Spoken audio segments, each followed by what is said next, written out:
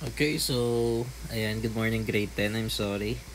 Ayan, medyo hating gabi na ngayon, but discuss natin yung week 2 kasi baka mahirap kasi yung topic, kaya although nandun na to sa video na sinend ko sa inyo, but i-discuss ko na rin para syempre kung babasahin nyo yung book, 'di ba? Um, kung babasahin nyo yung book, syempre para mas maintindihan, tama? So, dito muna tayo. Ito yung topic last time. So, property lang to ng solid, liquid, and gas. Okay? So, sa shape, mabilis lang to ha, kasi alam na naman natin yung iba. Sinabi dyan, si solid, definite shape. Ibig sabihin, as is na yung shape niya. Pero si liquid and gas, takes the shape of the container. Kung ano yung container, yun yung shape nila. Volume. Sir, ano ba yung volume? Ito yung space na na-occupy. Space occupied. Ito yung space na na-occupy ng isang object. 'Di ba? Space na na-occupy. Sabi dito, si solid, dahil solid din yung shape niya, ay definite din yung shape niya, definite rin yung volume niya.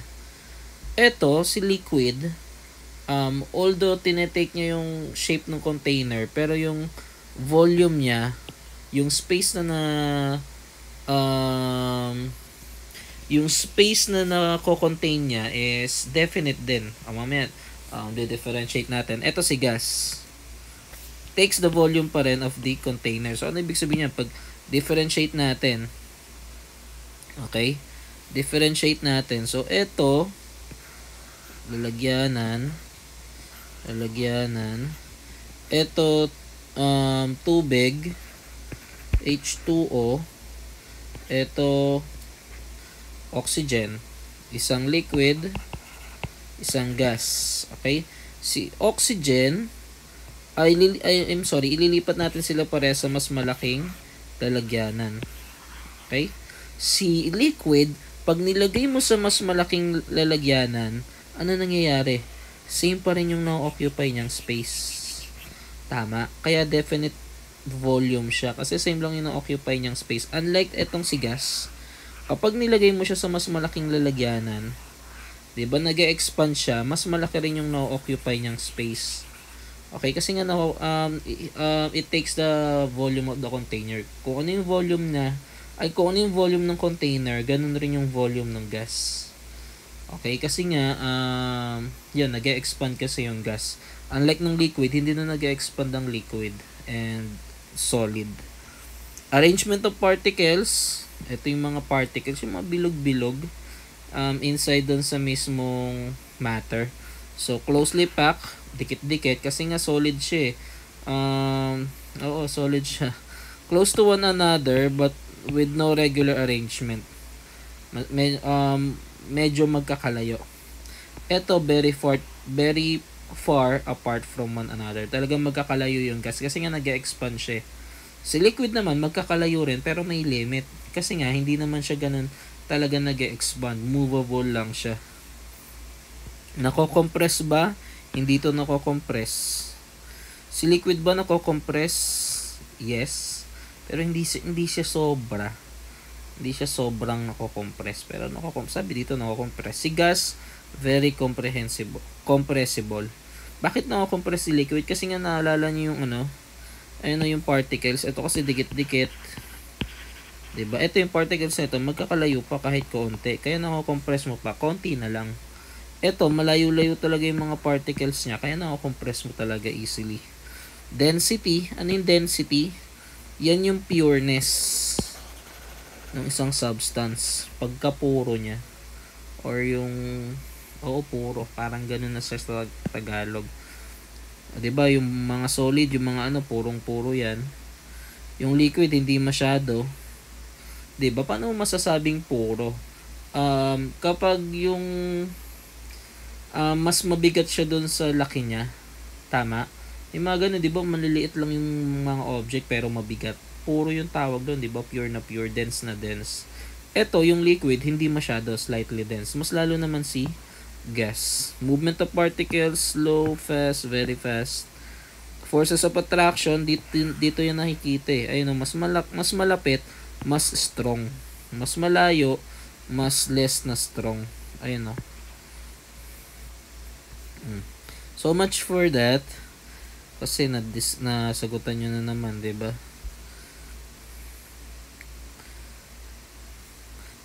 At ano mayroon dito?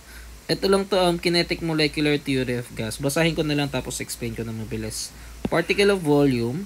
A gas consists of a large collection of individual particles. The volume of an individual particles is extremely small as compared to the volume of its container. So, sinabi dyan, yung gas daw ay may mga particle. 'Di ba? Yun nga lang, sobrang small. Ito, particle motion. Ito maganda eh. Gas particles in a constant random straight line motion except when they collide with walls of the container or one another. So, ano sinabi dyan? Yung gas, pag pinakawalan mo, sinuspend mo sa air, ano raw yung galaw niya? Constant, talagang dire-diretso yung paggalaw. Random, hindi mo alam kung saan pupunta. Straight line motion. Yun nga, dire-diretso. Diba? Ano example niyan? Ewan ko nakwento ko na sa inyo. Ito yung nagulat ako. Biglang nagmura yung tatay ko. Katabi ko lang siya. Bigla akong minura. Okay. Natawa naman ako. Kasi na bad trip ko siya. Nagulat ako. Bigla akong minura ng malutong-lutong. Yun pala kasi umutot ako. Diba? So, nagalit siya, nagulat siya kasi mabaho. Sa room nyo, ganun rin. 'Di ba? May naamoy kayo. O, ano ginagawa nyo? 'Di ba pinapagpag nyo? 'Di ba? Kasi yung sinabi, unless na may mag-collide siya sa wall, magdedire-diretso yung kalat nung amoy, nung gas. 'Di ba? So, ganun rin yun. Okay? Particles collision. Collision of gas particles are elastic. The colliding gas particles exchange energy but they do not lose any energy through friction. Blah blah blah. Wala na lang yan. Ito, makinig. Kaya ako rin dinidiscuss to kasi kailangan to sa natin. Kailangan to sa next lesson natin. Itong si volume, temperature, amount of substance, tsaka si pressure. Okay? So, si volume, sabi dyan, ayan o, space occupied by a sample of matter. Ano yung mga unit niya? Yung unit na lang tandaan. Si liter, milliliter, cubic meter, cubic centimeter. Okay? Tandaan yan ha. Next, si temperature. Ito naman yung init. Init or lamig. Ano yung mga unit niya? Si Celsius, si Fahrenheit, tsaka si Kelvin. Okay? Next, sir, paano tong Kelvin na to? Yan kasi yung SI unit ng temperature. Yan yung gagamitin nating unit sa next topic. So, paano makuha si Kelvin? Simple lang, degree Celsius plus 273. Tandaan na, degree Celsius plus 273. Ito naman, amount of substance, sa ano talaga ito natatopic madalas sa chemistry. Okay? Ano yung ginagamit nilang unit? Mole. Diba? Kuwari, yung oxygen, hydrogen, hindi naman yung kinikilo. Ay, 1 kilo ng hydrogen, ay 1 kilo ng oxygen. Hindi ganun yung ginagamit nila sa chemistry. Ang gamit nilang unit is mole. 1 mole of oxygen, 1 mole of hydrogen, 1 mole of carbon. Diba? Ganun yun. Pressure, ito naman yung force exerted per unit area. Okay? Ito yung puwersa. Diba? Ito yung puwersa na ine-exert sa isang compacted area. Yun ang compacted lagi, sa isang area. Okay? Pressure ang tawag doon. Common units of pressure, ito madami to at nakakalito. ATM which is atmosphere, PA which is Pascal, kPa is kilopascal, millimeters of mercury, centimeters of mercury, torr, and sometimes pound per square inch. Pero ang kadalasang ginagamit natin, ito, 1 atmosphere ay katumbas ng 700 mm mercury, 760 torr. Kadalasan yan yung ginagamit. Okay? Tsaka si Pascal. Okay? Wala si ano dito eh. Wala si... Yan yung ginagamit. Tatandaan yan. Okay? Tatandaan yan. Lalo tong si atmosphere kasi nagagamit talaga yan. Okay? Ito, conversion lang naman to. Conversion lang yan. Madali lang yan eh. Kaya, hindi ko rin siya tinuro last year. 'Di ba? Pero may sinabi ba dito? Blah blah blah. Ito, 1 atmosphere. Yan din yung nasa kanina. Properties of gas, volume changes, nadadaanan na natin yan. Okay, so dito tayo sa gas law. Okay, sa gas law, pasalamat kayo. Konti pa yan. Nakita nyo yung video na sinend ko, napakarami, diba? Ang haba ng lesson. Sa inyo, konti pa. Ang dadaanan nyo parang 1, 2, 3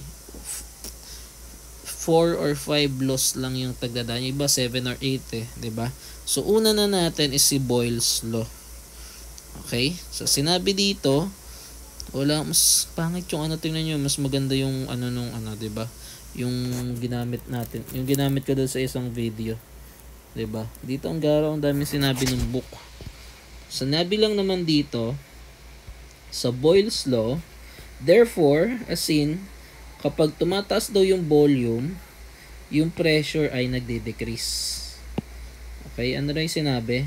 Kapag tumataas yung volume, ano daw nangyayari? Yung pressure naman daw nagde-decrease. Vice versa yan, of course. Kapag bumaba yung volume, of course, tumataas yung pressure. Okay, ganun naman talaga. Parang yung container na to, yung drawing ko kanina, diba? Habang mas maliit yan, mas mataas yung pressure. Tama? Ano pa yung magandang yan? Yung tinatawag na pressure washer. 'Di ba? Ano meron doon sa pressure washer? Yun yung maliliit yung butas. Kaya kapag yung tubig, dumaan yung tubig, sumisirit. Kasi mataas yung pressure. Hindi lang yun. Mas may hangin din kasi yun eh. Kaya mas malakas talaga yung nagiging pressure. 'Di ba? Nangyayari ba yung kapag maliit yung butas? Hindi. Kapag malaki yung butas, hindi. Dapat maliit. Okay? And so much for that. And, mahalagang tandaan dyan eh. May si Francesca nagtanong na sa akin. Nagsagot na ata siya. Sir, tama ba? Alam nyo, sa gas law, paano nyo ma-check kung tama yung sagot nyo? I-apply nyo to. Okay? Mamaya, i-apply natin. So, ang unit tuloy, ang formula na gagamitin natin ito. Okay? Initial pressure, initial volume is equals to final pressure, final volume. Solve tayo. So, sabi dito, makinig sa pagsosolve, ayoko nung basta nagsosolve lang, ha? Sa pagsosolve, kunin yung given, lalo dito sa gas law, kunin yung given and then solution, given, solution, and then yung final answer. Yun lang ang gusto ko. So, sabi dito, a cylinder of a scuba tank has a volume of 1,500 ml, a pressure of 0.75 atm. What volume of air is needed to fill the cylinder to a pressure of 100 atm at constant temperature? So, simple lang naman yan. Una, syempre, hindi nyo alam na Boyle's law yan. 'Di ba? Pag nakita nyo sa exercise, hindi nyo malalamang Boyle's law. Paano nyo malalaman? Identify nyo yung given. 1,500 ml, 0.75 atm, 100 atm. Okay? Simple lang. Balik ka dito sa lesson kanina. Ano yung ml? ml. Volume. Tama. Ano pa yung sinabi kanina? atm. Ano yung atm? Pressure. Okay, kaya diniscuss ko rin yun eh. So, eto malamang kapag unang sinabi sa sentence, malamang yun yung initial. 'Di ba? So, eto initial volume, initial pressure. Tama? O, ano naman tong kasunod na atm? Malamang yan yung final pressure. Ano yung hinahanap? Ayan sinabi what volume. So, ibig sabihin, hinahanap yung final volume. Yan yung given. Yan ang gusto ko makita sa pagsosolve nyo. Next, solution tayo. Ano yung formula natin? P sub 1, B sub 1 is equals to P sub 2, B sub 2. Okay? So, solve na natin. Ano yung P sub 1? 0.75 atmosphere is equal multiplied by 1,500 ml is equals to P sub 2 which is 180 m times final volume. Tingin ha, pangit. Sensya na, pangit sulat ko. Pero sinabi ko naman eh. So, ang hinahanap mo si V sub 2. Tama? So, paano mo makukuha yung value niya? Dapat wala siyang katabi. Yun nga lang, may katabi siyang 180 m. So, pag katabi, paano mo tatanggalin yung katabi? Divide both sides by 100. So, mga cancel na tong si 100. Tsaka mo na masosolve si final volume. So, paano mo yan isosolve? Simple lang. Ayan o. 0.75 times 1,500. I-equals mo na para hindi ka malito. Divided by 100. 11.25.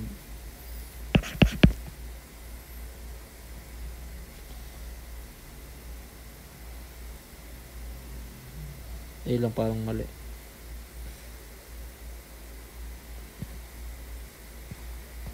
$11.25. Tama. 11.25 ml. Grabe naman to. What volume of air is needed to fill the cylinder to a pressure of... Okay, sagot eh. 11.25. Eto tignan ha. 11.25. So, ang nangyari dyan, nung una, diba? Ano yung nangyari? Nung una, 0.75 ATM. Tama? Naging 100 ATM. Okay? Ano yung sinabi natin kanina? Kapag tumaas ba yung bumaba? Kapag tumaas daw yung pressure, ano raw nangyayari sa volume? Bumababa. O ano nangyari sa volume? From 1,500 naging 11.25. Bumaba ba or tumaas? Bumaba. So, ano ibig sabihin? Sa malamang, tama ka. Okay? And then, wag palang kakalimutan yung tawag dito, unit, which is ml. Okay? Dito naman, hindi pa kayo ganun magko-convert. Kapag parehas yung unit na ginamit, no need to convert. Okay? So, eto, try nating sagutan. Isa lang dito. Pili ako ng medyo parehas lang eh. Parehas lang. So, dito na tayo sa number 1. Sabi dito, a gas which occupies 700 ml, 0.05 atm is allowed to expand until the pressure becomes 0.35. What will be the final volume? Identify ulit natin yung given. 700 ml, 0.85 atmosphere, 0.35 atmosphere. Okay? 700 ml. Ano yon? Volume. Initial volume. Kasi una sa sentence eh. 0.85 pressure yan. Initial pressure. 0.35 na kasunod. Final pressure. Ano daw hinahanap? Volume na naman. Diba? So, ayan na natin. Volume na naman hinahanap eh. Okay? So, ano yung formula natin? V sub 1, P sub 1, B sub 2, P sub 2. Parehas lang naman yung magkapalit yung magkapalit man yung P tsaka B. Okay lang. Wag lang magkakapalit yung may number 1 tsaka 2. Okay? So, 700. Hindi ko na muna susulat yung 700 times 0.85 is equals to pressure which is 0.35 times B sub 2. So, may katabi na naman si B sub 2. Siya yung hinahanap natin. Tama? So, divide both sides. 0.35. Simple. Diba? 700 times 0.85 divided by 0.35. 17. Ano unit? Ano ba hinahanap natin? Volume. Ano yung unit ng volume natin kanina? ml. Diba baliktaran to? Tama ba baliktaran? Oo. Ano nangyari? Bumaba yung pressure, dapat tataas yung volume, which is yun nga yung nangyari. So, ibig sabihin, tama. Hindi ko sure kung pinapasagutan ko sa inyo to eh. Pero nandun sa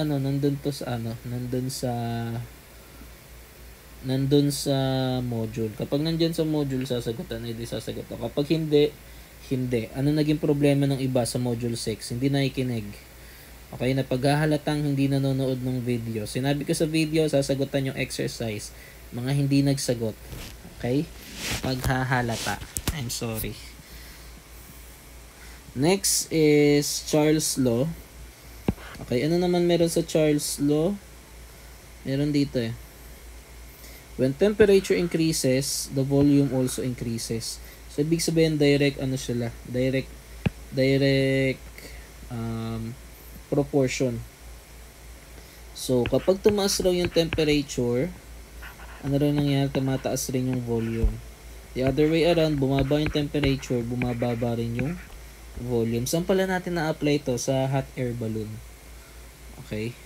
Etong pressure na to, yung sa mga madalas pressure, ayan nga, pressure washer, sinabi ko na sa inyo. Diba? Madali lang madali lang yung lesson natin. Mahaba lang. Okay, mahaba lang, tsaka yung mga takot sa numbers. Ito yung formula natin, B sub 1 all over T sub 1. So, solve na natin. So, sabi dito, the gas in a balloon has a volume of 15 liters at 50 degrees Celsius. What will be the temperature if the volume is increased to 30 liters? So, identify natin yung mga given. 15 liters, 50 degrees Celsius, 30 liters. Okay? Ano yung sinabi ko kanina? Si temperature, lagi natin i-convert sa Kelvin. Diyan lang tayo magko-convert lagi. Okay? So, ito plus 273. Magiging 323 ba? Kelvin. So, ito, 15 liters, ano siya? Liters. Volume po yan. O, ito, Kelvin. Malamang temperature. 30 liters, malamang siya yung final volume. Ano hinahanap? Temperature. So, T sub 2 yung hinahanap. Ano yung formula natin? V sub 1 all over T sub 1 is equals to V sub 2 all over T sub 2. So, solve na natin. Ano yung V sub 1? 15 liters all over T sub 1, 323 is equals to V sub 2, 30 liters all over temperature. So, sir, paano to? Pagka ganyan, okay, isa sa pinakamadaling gawin, pagka ganyan, nakita nyo nasa baba eh. Mahirap kasi yan eh. Pag nasa baba, pagka ganyan, cross multiply. Okay? So, ito, yung T sub 2 mapupunta dito. Ito mapupunta dito. So, 15 liters times T sub 2 is equals to 30 liters times 323 Kelvin. Parenthesis na nga lang, baka malito po kayo.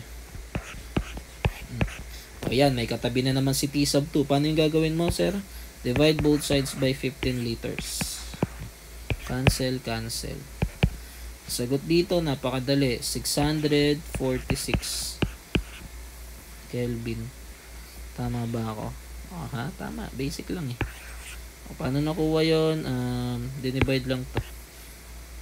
Sinimplify 2. Pero pwede nyo na may calculate, syempre. So, ano yan? 30 times 323 divided by 15. 646. Ano unit niya? Ano ba hinahanap natin? Temperature. So, ang unit niya ay Kelvin. Tingnan ko lang to A 35 liter volume of carbon dioxide is heated from same lang eh. Same lang. Huwag na to. Madali lang naman kasi to. Haba pa masyado tayo. So, eto naman, ano na kagad to? Wala palang combined gas law dito. Ideal gas law kagad. Napakadugas. Avogadro's law yun. Wala na nga rin yung Avogadro's law eh. Sarap buhay kayo dito ah. Ito, sa ideal gas law kasi tawag dito. Okay? So, ang tatandaan mo, napakasarap banggitin ito. PV is equals to nRT. PV is equals to nRT. Isa sa pinakamadaling tandaan na formula. So, yung P malamang pressure, yung B malamang volume, N is number of moles. Ang unit niyan is mole sa malamang. Temperature, yung K. Itong R, may constant value tayo ng R. 0.0 Iba yung value dito eh. Ito, iba kasi naka-round up na to sa 1. Sorry. Iba kasi naka-round up na to sa 1. Pero yan gamitin natin. 0.0805. 0.08205. Okay? So, sir, ano meron dyan? Makikita nyo, may unit siya. Liter, atmosphere, mole, Kelvin. Ano ibig sabihin yan, sir? Sa pressure, ang gagamitin mo lang lagi, atmosphere. Ayan, sinulat na. Sa volume, ang gagamitin mo lang lagi, liter. Sa mole, ang gagamitin mo lang, sa N, gagamitin mo lang lagi, mole. Dito, Kelvin. Kasi may unit ka. Hindi ka pwedeng lumayo dito sa unit. Ano ibig sabihin nun?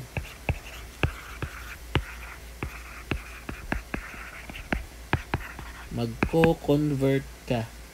Dito talaga persado kang mag-convert. Bukod dun sa Kelvin which is talaga matic.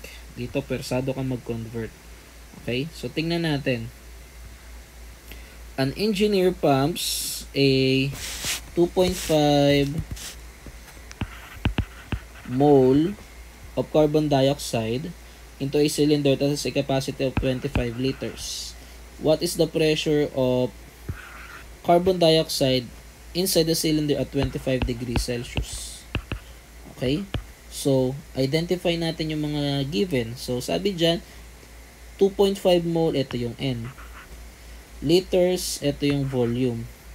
25 degrees Celsius plus 273 is equals to 298 Kelvin. Yan yung temperature natin. Okay? Ano yung hinahanap? Pressure daw yung hinahanap. Tapos, meron pa tayong constant value na R, which is 0.08205. Okay? Ano yung ginagamit natin? EV is equals to nRT. May pressure na ba tayo? Yun yung hinahanap. Volume, meron na. N, meron na. R, constant yan. Temperature, meron na. So, masosolve mo. Okay? So, pressure. And check rin natin kung yung kung liter tsaka atmosphere tsaka mole. Pero dito naman, liter naman yung ginamit kaya wala tayong problema. So, volume, ano yung volume? 25 liters. N, 2.5 mole. Temperature, 298 Kelvin. Tama ba ako? Baka magkamali pa ako sa Kelvin. Tama. And then, 0.08205. Okay, so simple lang. May si P yung hinahanap natin, may katabi siyang 25, divide both sides by 25. P is equals to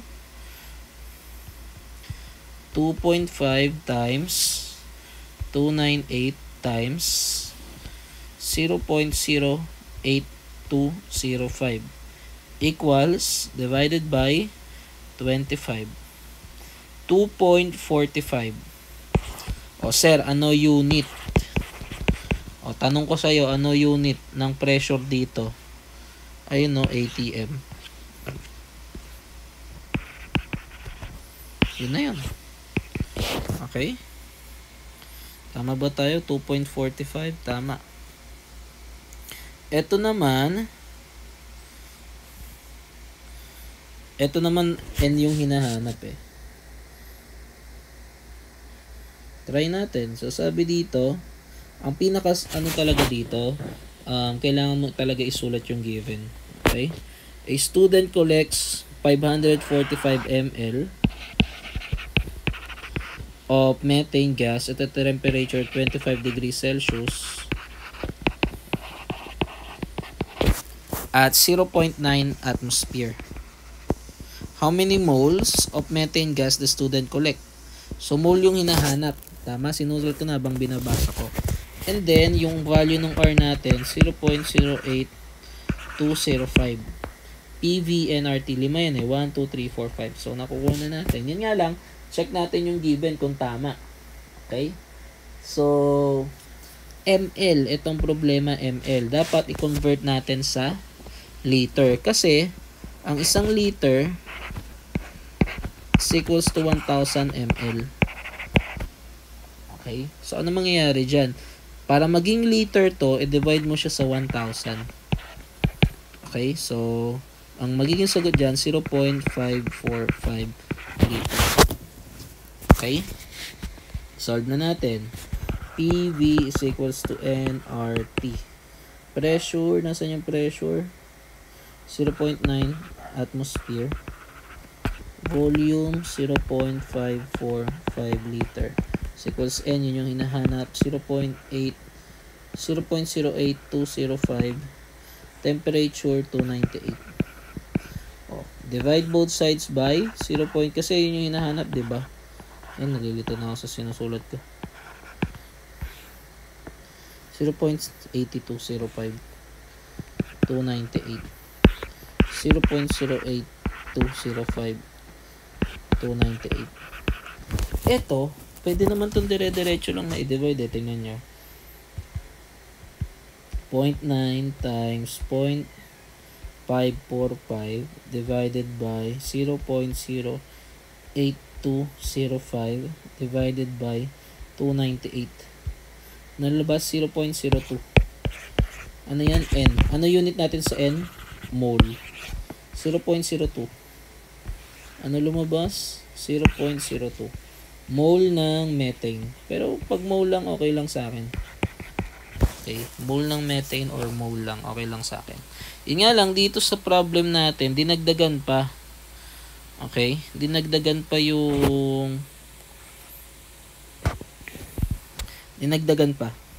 Okay,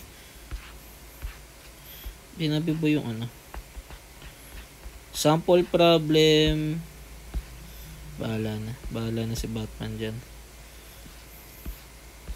Ito, dinagdagan pa yung formula.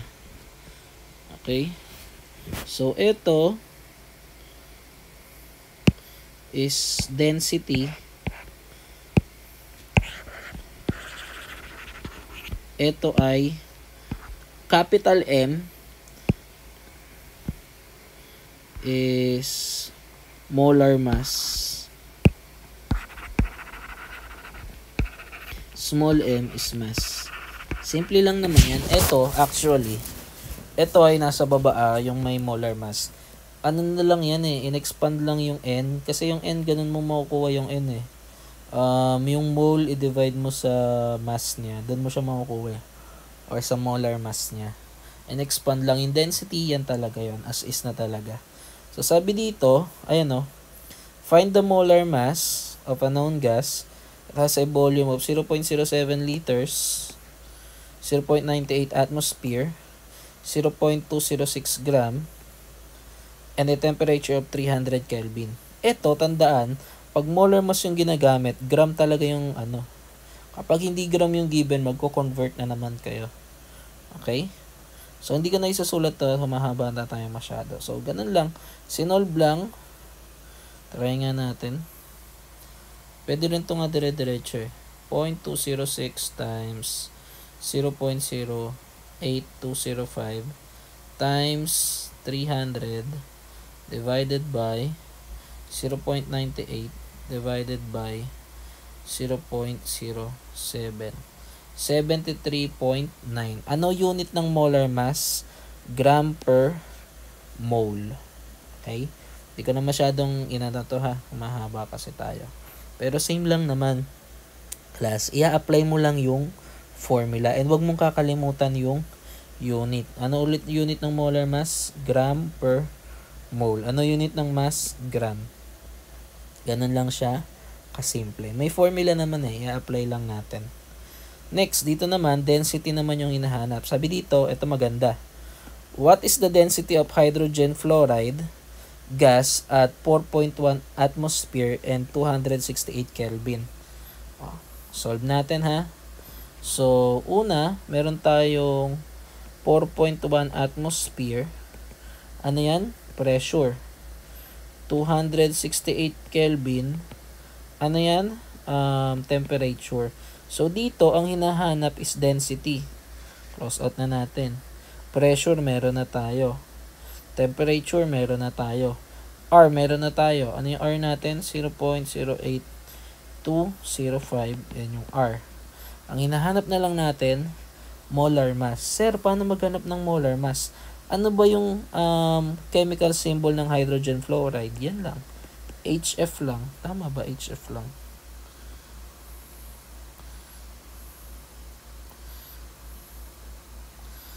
Hydrogen fluoride. Ayan, HF lang. So, paano malalaman yan? H tsaka si F. Ayan. Kukunin mo lang yung, kung may periodic table kayo, kukunin nyo lang yung molar mass ng bawat element. Ano yung molar mass ni hydrogen? Ra-round up mo. Ay, no, 1.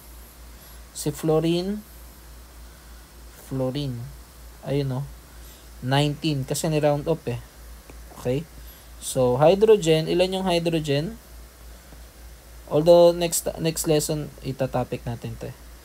Ilan yung hydrogen? Isa lang. Ayan, nakikita nyo. Ilan yung fluorine? Isa lang.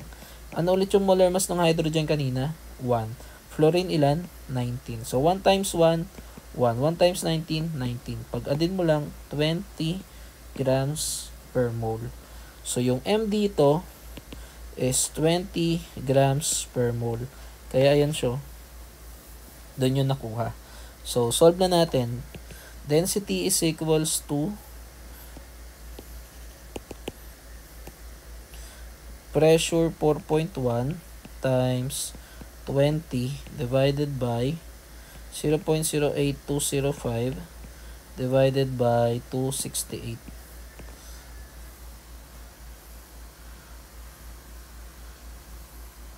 4.1 times 20 divided by 0.08205 divided by 268. 3.73. Ano unit natin sa ito maganda. Ano unit natin sa density? Gram per liter. Hindi nagbabago 'yan kasi yun yung ginamit mo sa R. Ito medyo mahirap pero hindi na naman kung ano na lang yung nasa module, yun yung sagutan. Kasi meron din naman kayong seatwork dyan sa dulo eh. Diba? So, bahala na. Kung madaanan nyo tong density na to, bahala na. Diba? Ayoko namang sabihin sagutan nyo to kasi diba, baka sobra na kayo sa sinasagutan. Okay? So, yun lang. Anong oras na naman? Maraming salamat grade 10. And I hope maging lesson sa inyo yung second grading. Okay? Alam ko namang ginagawa nyo yung modules nyo. Pero kung gusto talagang mataas yung grade, galing-galingan din. Okay? Yung iba, mababa yung grade kasi mababa yung ibang modules. Diba? Iba, yung drawing hindi inaayos. And especially sa exam. Maraming mababa sa exam. Kung gusto mo talagang mataas yung grade, galingan mo sa exam. Pangalawang beses na natin nag-exam yun. Expected ko yung iba mataas. Yung iba naman tumaas na talaga yung grade. Pero yung iba, hindi pa rin. Not enough pa rin. Halos kalahati lang. Okay? FYI, ang grade na 75, 60% yun. Pag naka 60% ka sa exam, 75 pa lang yun. Kaya ikaw, kung kalahati lang exam mo, wala pa sa 75 yung grade mo. Okay? Kaya kung gusto mataas yung grade, galingan sa exam, primarily. Pati sa mga modules. Okay? Yun lang. Maraming salamat grade 10 and God bless you.